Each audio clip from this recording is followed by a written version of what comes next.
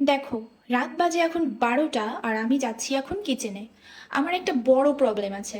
খাবারের মেনু পছন্দ না হলে আমি একদম খেতেই পারি না।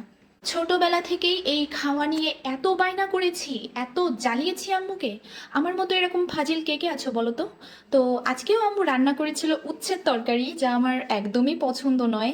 আর এই রাত 12টার দিকে তো আম্মু আমাকে নতুন কিছু করেও দেবে না, তাই নিজে নিজেই চলে গেলাম কিচেনে, দেখি কিছু করা যায় কিনা।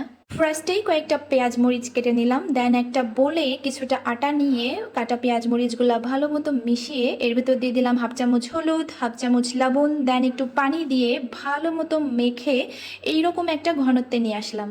এই যে ব্যাটারটা রেডি। তোমরা কি কেউ বুঝতে পেরেছো আমি কি বানাচ্ছি? হুম, ইয়েস, ইউ আর রাইট, আমি চাপড়ি বানাচ্ছি। আমি একটু তেলটা বেশি দিয়ে ফেলেছিলাম, তোমরা যখন রান্না করবে তেলের পরিমাণটা একটু কমিয়ে দেবে। এরপর ব্যাটারটা কড়াইতে দিয়ে ভালো মতো উল্টে পাল্টে ভেজে নামিয়ে নিলাম, দেন একে একে সব কয়টা চাপড়ি ভালো মতো ভেজে নামিয়ে নিলাম। এরপর একটি ডিম নিয়ে এটাকে পোচ করে ফেললাম। শুধু শুধু কি চাপড়ি খাওয়া যায় বলো? এটা হচ্ছে আমার আজকের ডিনার। এটা রেডি করতে করতে রাত প্রায় 1টা বেজে গিয়েছিল। তাড়াতাড়ি করে আমার ডিনারটা কমপ্লিট করলাম। অনেক ইয়াম হয়েছিল, আমি তো পুরো প্লেটটা শেষ করে ফেলেছি। তো আমার মতো এরকম পাগল কে কে আছো কমেন্ট করে বলে দাও তো। আজকের ভিডিওটি এই পর্যন্তই। Thank you so much for watching.